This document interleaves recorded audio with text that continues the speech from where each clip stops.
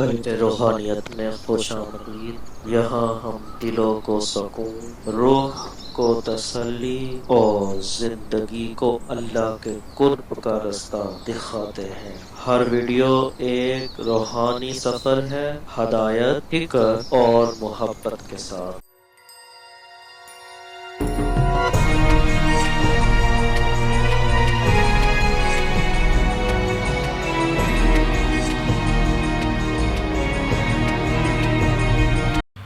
حضرت احمد بن حنبل بہت بڑے بزرگ گزرے، اللہ اکبر، کیا ان کا علمی مرتبہ تھا۔ وہ حضرت بشر حافی کے پیچھے دوڑتے تھے، اور حضرت بشر حافی ناخواندہ شخص تھے، لیکن ایک خاص کرم نوازی ان کے اوپر ہوئی کہ اللہ تعالیٰ نے ان کے باطن کو اجلا کر دیا۔ وہ بشر حافی تھے تو شرابی، اور نشے میں دھت شراب خانے کی طرف جا رہے تھے کہ انہوں نے دیکھا راستے کے اندر کاغذ کا ایک ٹکڑا پڑا ہوا ہے جس کے اوپر لفظ اللہ لکھا ہوا ہے۔ بس اس کو اٹھایا، روئے، چوما، خوشبو لگائی، کسی اونچی جگہ پہ رکھ دیا اور شراب خانے میں چلے گئے۔ وہاں نشے میں دھت تھے کہ اللہ کے کسی بندے کی دستک ہوئی دروازے پہ، تو جو ساقی مے خانہ تھا اس نے پوچھا کون؟ کہا کہ بشر سے ملنا ہے۔ تو کہا وہ تو نشے میں پڑا ہے، اور جو شخص دروازے پہ کھڑا تھا وہ شہر کا بہت بڑا عابد تہجد گزار۔ تو جب اس کو بتایا کہ فلاں اللہ کے بندے باہر تیرے انتظار میں کھڑے ہیں، تو وہ ننگے پاؤں دوڑے، کہا کہ بشر تمہیں مبارک ہو، اللہ نے تیرے ماضی کے گناہ معاف کر دیے۔ تو بس پھر زندگی ہی بدل گئی۔ وہ ایک فقیر تھے، تو وہ جا رہے تھے، اللہ کی رحمت رب بہانہ می طلب، اللہ کی رحمتیں بہانے تلاش کرتی ہیں۔ ایک فقیر تھے تو وہ جا رہے تھے، تو راستے کے اندر کیا دیکھا کہ ایک شرابی ہے، وہ گندی نالی کے اوپر گرا ہوا ہے، اور اس کا منہ جو ہے اس کو گزرتا ہوا پانی مزید غلیظ کرتا چلا جا رہا تھا۔ تو انسانی شرف کے ناطے سے ان کے دل میں رحم جاگا کہ انسانیت کی تذلیل ہو رہی ہے، اگرچہ یہ شراب کے نشے میں ہے۔ آج کا صوفی اور آج کا مولوی تو ٹھڈا مار کے گزرے گا، لیکن گناہ سے نفرت ہے، گناہ گار سے نہیں ہے۔ تو وہ آگے بڑھے اور اس کو وہاں سے اٹھایا، اور اس کے جو گندا منہ تھا اس کا منہ دھو دیا اور چلے گئے۔ جب سحری کا وقت ہوا تو وہ تہجد کے لیے مسجد میں آئے، تو دیکھا کہ وہ جو شرابی جس کا منہ دھویا تھا وہ پہلے ہی مسجد میں نماز ادا کر رہا ہے۔ تو بڑی حیرت ہوئی، کہا مالک یہ کیا ماجرا ہوا؟ کہا میرے بندے، تو نے اس کا منہ دھو دیا تھا، میں نے دل دھو دیا۔ اللہ اکبر، تو نے اس کا منہ دھویا تھا، میں نے اس کا دل دھو دیا۔ تو بشر حافی کی اس ادا کو اللہ نے قبول کر لیا، اور وقت کے کامل کسی شیخ اور ولی کے ذریعے سے اس کو میسج پہنچایا۔ جب یہ پیغام پہنچا تو اس وقت وہ ننگے پاؤں تھے، برہنہ پاتے، ایسے نشے میں آ گئے تھے۔ پھر انہوں نے کہا میرے رب کا پیغام جب میرے نام آیا تھا تو اس وقت میں برہنہ پا تھا، لہٰذا ساری زندگی جوتے نہیں پہنوں گا۔ حافی عربی میں جو ہے وہ ننگے پاؤں والوں کو کہتے ہیں۔ اللہ اکبر۔ تو ساری زندگی جوتے نہیں پہنے کہ میری توبہ جب قبول ہوئی تو اس وقت میرے پاؤں میں جوتے نہیں تھے، تو اللہ کی زمین پہ وہ ننگے پاؤں پھرتے تھے۔ تو اللہ نے کرم کر دیا، تو احمد بن حنبل رضی اللہ تعالی عنہ ان کے پیچھے پیچھے بھاگتے تھے۔ تو ایک دن کسی شاگرد نے کہا حضرت یہ ایک ناخواندہ شخص ہے اور آپ اس کا پیچھا کرتے رہتے ہیں، اور آپ اتنے بڑے عالم۔ تو حضرت امام احمد بن حنبل نے کہا کہ جس رب کو احمد بن حنبل مانتا ہے، بشر حافی اس رب کو جانتا بھی۔ اچھا، ولی فائل کے معنی میں بھی ہے، مفعول کے معنی میں بھی ہے۔ فعیل کے وزن پر صفت مشبہ کا صیغہ ہے، تو فعیل کبھی فائل کے معنی میں ہوتا ہے، کبھی جو ہے وہ مفعول کے معنی میں ہوتا ہے۔ تو اگر تو یہ فائل کے معنی میں ہو تو ولی سے ولی ہے اس کا، تو یہ ولی جو ہے یہ فائل کے معنی میں ہے اللہ سے محبت کرنے والا، اور اگر یہ مفعول کے معنی میں ہو تو پھر اس کا مطلب یہ ہے کہ وہ شخص جس سے اللہ محبت کرتا ہے، یعنی محب کے معنی میں بھی ہے اور محبوب کے معنی میں بھی ہے۔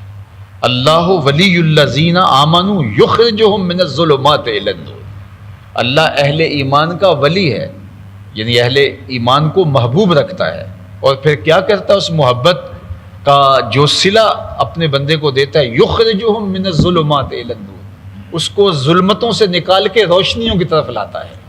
اللہ اکبر۔ والذین کفروا اولیاءہم الطاغوت، اور جو کافر ہیں ان کا ولی کون ہے؟ ان کا ولی طاغوت ہے، شیطان ہے۔ طاغوت ان کے اولیاء ہیں، یخرجونہم من النور الی الظلمات، تو وہ ان کو روشنیوں سے اندھیروں کی طرف جو ہے وہ لے کے جا رہے ہوتے ہیں۔ اللہ اکبر۔ تو اس لیے اللہ کا ولی وہ ہوتا ہے کہ جو اللہ جل شانہ کا محب بھی ہو اور اللہ جل شانہ کا محبوب بھی ہو۔ اور کبھی ایسا ہوتا ہے کہ محبوبیت کا غلبہ ہوتا ہے، کبھی ایسا ہوتا ہے کہ جو ہے وہ محبت کا غلبہ ہوتا ہے، یعنی اس طرف سے غلبہ ہوتا ہے، اور کبھی یہ ہوتا ہے کہ اس کی محبوبیت ایسی ہوتی ہے کہ ناز برداری کے وہ رنگ میں ہوتا ہے۔ تو یہ اللہ تعالیٰ کا ایک نظام ہے کہ جب بندہ اس سے پیار کرتا ہے تو وہ فرماتا ہے میں بھی اس سے پیار کرتا ہوں۔ اللہ اکبر۔ یعنی تم نکلے تھے اللہ سے محبت کرنے کے لیے، تو تم نے تو اللہ سے محبت کا دم بھرا، لیکن تم نے کیا محبت کرنی تھی؟ اس نے تمہیں خود اپنا محبوب بنا لیا۔ تو جب خود محبوب بنایا، تم پہلے گئے تھے چل کے نماز پڑھنے کے لیے، لیکن جب اس نے محبوب بنایا تمہارے پاؤں کے اندر کشش ڈال دی نماز کے لیے۔ تم عبادات کرتے تھے، اپنے آپ کو تکلف کے ساتھ لے کے جاتے تھے، پھر جب محبوبیت پیدا ہو گئی تو وہ شوق فراواں تمہارے اندر ڈھیل دیا گیا، پھر تمہارے قدم خود بخود اٹھتے ہیں، توفیقات تمہارے شامل حال ہو گئی ہیں، پھر تمہارے لیے آسانیاں اور تمہارے لیے راحتوں کے سامان کشادہ کر دیے گئے ہیں۔ اور ایک حدیث پاک میں آتا ہے میرا بندہ میرے ساتھ کثرت نوافل کے ذریعے سے تقرب اختیار کرتا ہے، میرا بندہ میرے ساتھ تقرب اختیار کرتا ہے فرائض کی ادائیگی کے بعد کثرت نوافل سے، اور جب وہ کثرت نوافل سے میرا تقرب حاصل کر لیتا ہے تو فَكُنْتُ سَمْعَهُ الَّذِي يَسْمَعُ بِهِ وَبَصَرَهُ الَّذِي يَبْصُرُ بِهِ وَيَدَهُ الَّتِي يَبْطِشُ بِهَا وَرِجْلِهِ الَّتِي يَمْشِي بِهَا، فرمایا پھر میں اس کے ہاتھ بن جاتا ہوں جن سے وہ پکڑتا ہے، میں اس کی آنکھیں بن جاتا ہوں جن سے وہ دیکھتا ہے، میں اس کے کان بن جاتا ہوں جن سے وہ سنتا ہے۔ یہ بخاری کی روایت ہے۔ تو اس کا مطلب کیا کہ معاذ اللہ کان بن جاتا ہے؟ نہیں، مجسم نہیں، یعنی اس کے کانوں میں شنوائی کی قوت اپنی جناب سے ڈال دیتا ہے، اس کی زبان میں جو ہے وہ طاقت اور توانائی اس کی طرف سے خاص طور پہ ودیت کر دی جاتی ہے، ہاتھ اس کے ہوتے ہیں لیکن اللہ تعالیٰ اپنی طرف سے خاص جو ہے وہ توانائیاں اور قوتیں اور اس کے اندر جو ہے وہ طاقتیں پیدا کر دیتا ہے۔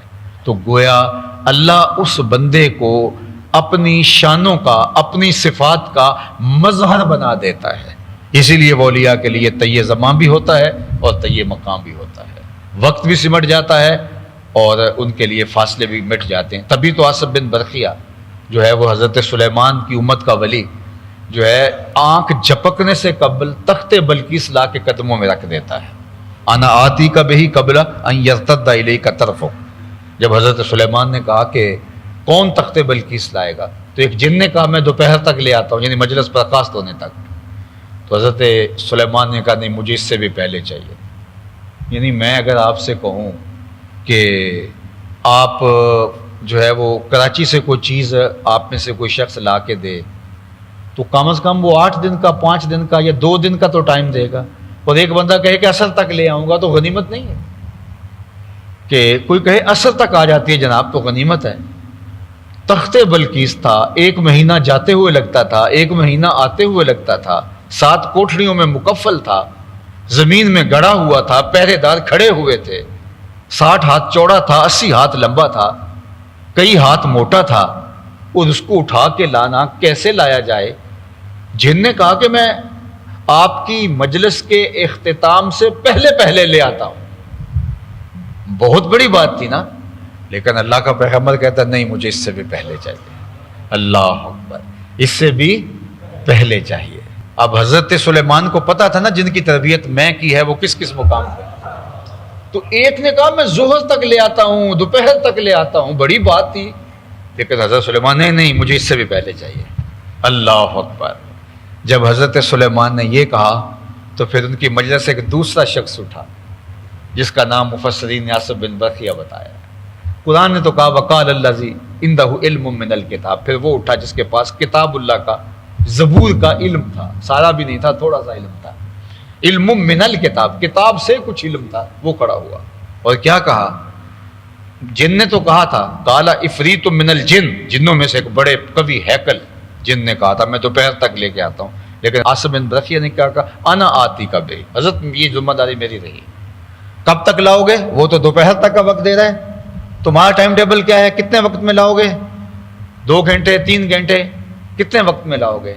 تو اس نے کیا کہا؟ انا آتی کا بے، حضرت میں ابھی لے کے آتا ہوں، یہ نہیں کہا منگواتا ہوں، یہ لفظ سمجھیے، منگوا لیتا ہوں، انا آتی کا بے ہی، میں لے کے آتا ہوں، جاؤں گا بھی اور آؤں گا بھی اور تخت بھی لے کے آؤں گا، انا آتی کا بے ہی، میں جاتا ہوں اور اس کو لے کے آتا ہوں۔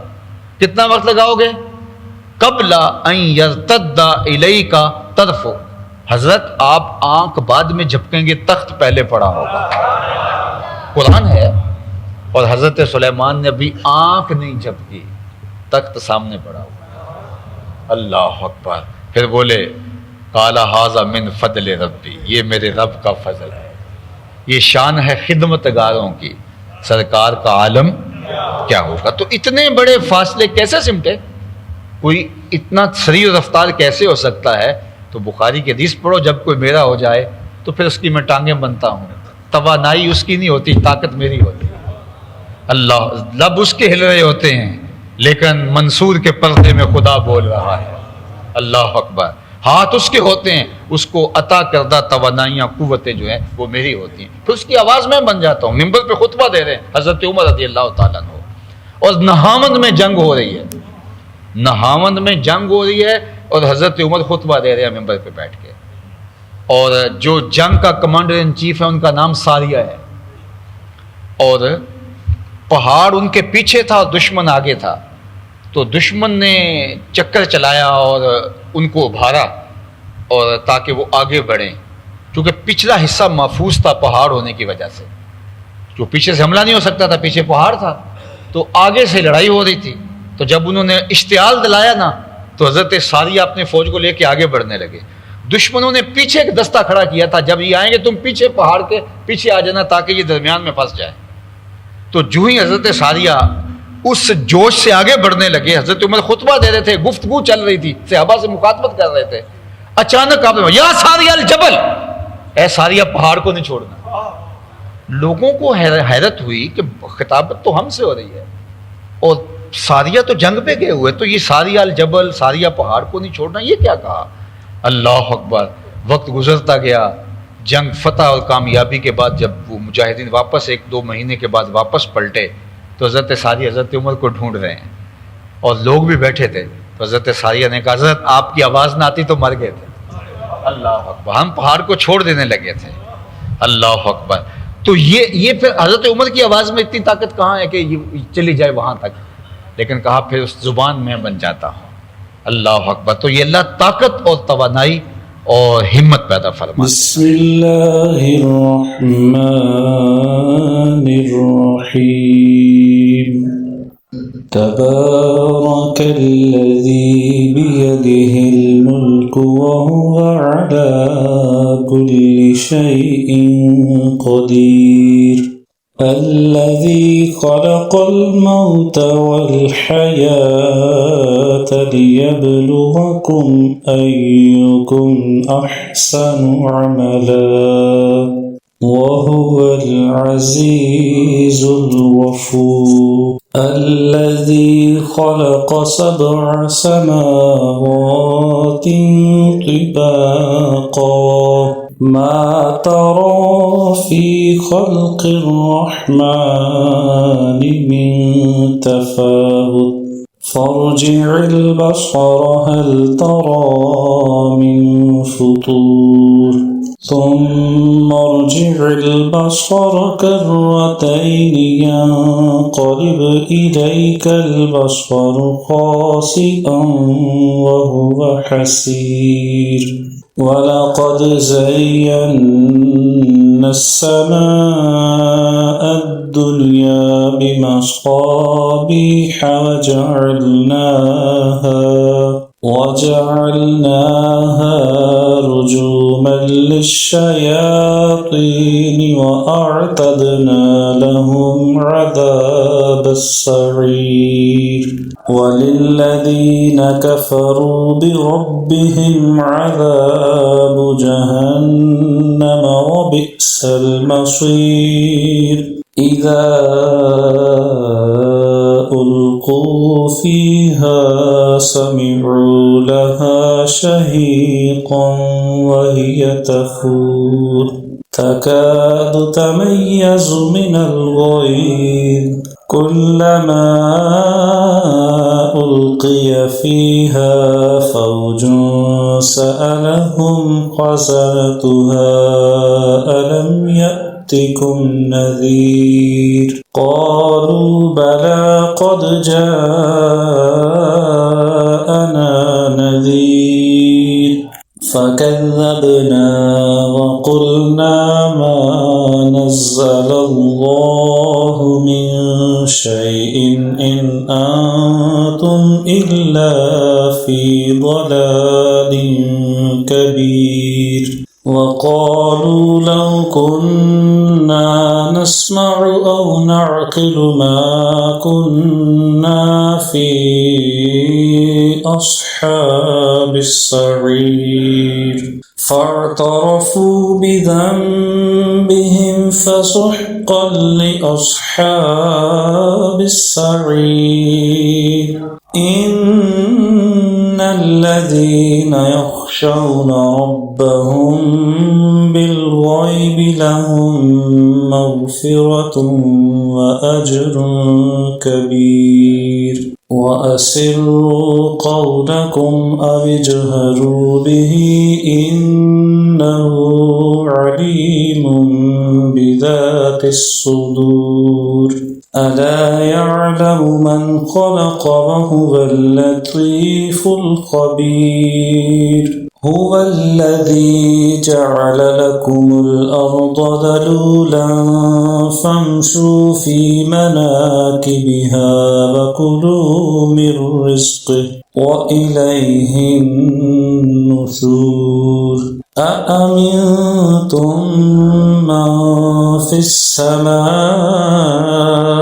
أن يخسف بكم الأرض فإذا هي تمور أم أمنتم من في السماء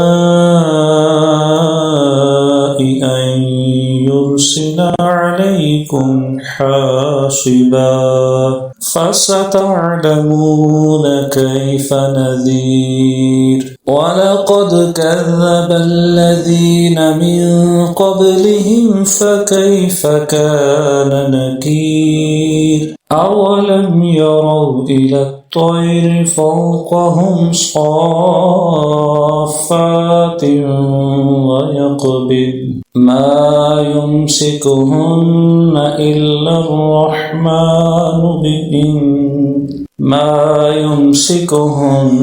إلا الرحمن إنه بكل شيء بصير أمن هذا الذي هو جند لكم ينصركم من دون الرحمن إن الكافرون إلا في غرور أمن هذا الذي يرزقكم إن أمسك رزقه بل لجوا في عتو ونفور أفمن يمشي مكبا على وجهه أهدى أمن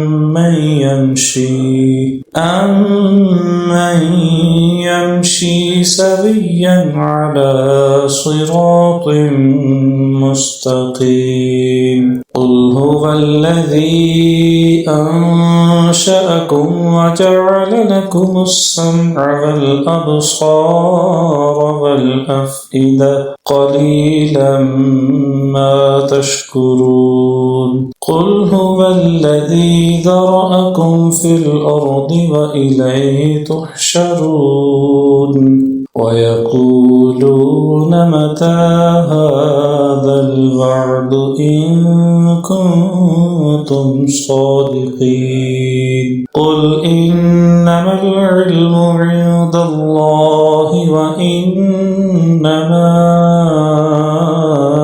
أنا نذير مبين فلما رأوه زلفة سيئت وجوه الذين كفروا وقيل هذا الذي كنتم به تدعون قل أرأيتم إن أهلكني الله ومن معي أو رحمنا فمن يجير الكافرين من عذاب أليم قل هو الرحمن آمنا به وعليه توكلنا فستعلمون من هو في ضلال مبين قل أرأيتم إن أصبح ماؤكم غورا فمن يأتيكم بماء معين صدق الله العظيم.